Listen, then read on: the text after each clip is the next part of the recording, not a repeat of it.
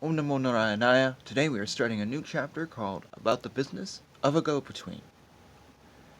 If a woman has manifested her love or desire, either by signs or by motions of the body, and is afterwards rarely or never seen anywhere, or if a woman is met for the first time, the man should get a go-between to approach her.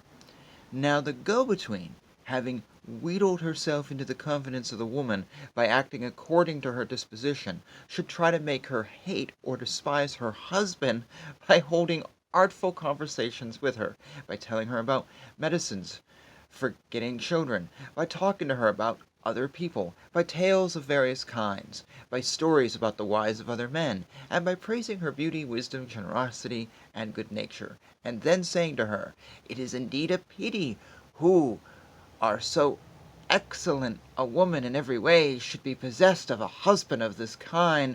Beautiful lady, he is not fit even to serve you." The go-between should further talk to the woman about the weakness of the passion of her husband, his jealousy, his roguery, his ingratitude, his aversion to enjoyments, his dullness, his meanness, and all other faults that he may have, and with which she may be acquainted. She should particularly harp upon the fact, or that failing by which the wife may be appeared to be the most affected. If the wife should be a deer woman, and the husband a hare man, then there would be no fault in that direction; but in the event of his being a hare man, and she a mare woman, or an elephant woman, then this fault should be pointed out to her. Goni Kaputra is of the opinion that when it is the first affair of the woman, or when her love has only been very secretly shown, the man should then secure and send a go-between, and with whom she may be already acquainted, and in whom she confides.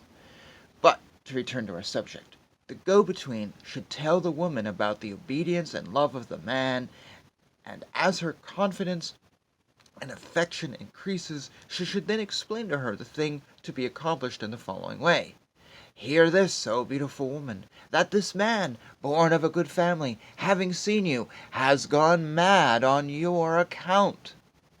The poor young man, who is tender by nature, has been distressed in such a way before, and it is highly probable that he will succumb under your present affliction, and experience the pains of death."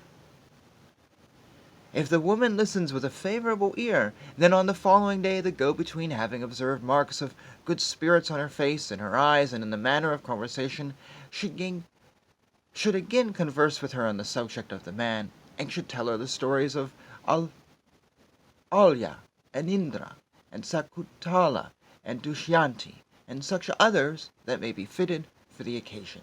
She should also describe to her the strength of the man, his talents, his skill, and the 64 sorts of enjoyments mentioned by Bhav Ravya, his good looks, and his liaison with some praiseworthy woman, no matter whether this last ever took place or not. In addition to this, the go-between should carefully note the behavior of the woman, which, if favorable, would be which, if favorable, would be as follows. She would address her with a smiling look, would seat herself close beside her, and ask her, "Where have you been? What have you been doing? Where did you dine? Where did you sleep? Where have you been sitting?" Moreover, the woman would meet the go-between in lonely places and tell her stories there, would yawn contemplatively, draw long sighs, give her presents, remember her on the occasions of festivals, dismiss her with a wish to see her again, and say to her jestingly, "O well-speaking woman, why do you speak these bad words to me?" Would discourse in the sin of her union with the man, would not tell her about any previous visits or conversations that she may have had with him, but wish to be asked about these, and lastly would laugh at the man's desire, but would not reproach him in any way. Thus ends the behavior of the woman with the go-between. Sorry for my mumbles. I accidentally went from whatever favorable suddenly I had flavor, and Flavor Flav then came into my head. This is not the TV show Finding Love for Flavor Flav. um, Jokes aside, this chapter on the go-between is literally me discussing how to have a third party create an affair. Affair meaning a married person with a non-married person. And that is absolutely not what I expected this to be about. Also, I find it so fascinating the amount of manipulation that is found in the Kama Sutra on how to gain and get it on. Really, it's just manipulation. I've mentioned this TV show before, but I swear it's like, so, How I Met Your Mother. Excellent show. Not the follow-up How I Met Your Father, but the original has a character who's basically, his goal was to sleep with as many women as he can. And, they even have an episode where he celebrates 200 women, and there's one where he sleeps with 7 in 7 days. I mean, it's just insane. And the way he manipulates these women is totally obnoxious.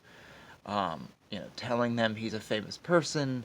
In the last episode I watched, because we're binge watching it right now, he talks about how he's Neil Armstrong, who was an old man, and he's like, oh, well, I went through a time warp. That's why I look so young. And the character's Neil Patrick Harris, Doogie Howser, and, he's a very young-looking actor. But it's really funny because it's just like, it's a comedy, yet here we have a sutra telling us basically to do what's in this comedy show. Except that the comedy is really, really well written, with very interesting characters, and he is not the star of the show, but this is the star of this book, is being a manipulative person, and having and doing, it's, how funny, it just boggles my mind. It just boggles my mind. So anyways, we'll continue this chapter in the next video. So Hare Krishna, Krishna Krishna, Hare Hare, Hare Rama, Rama Rama, Hare Hare.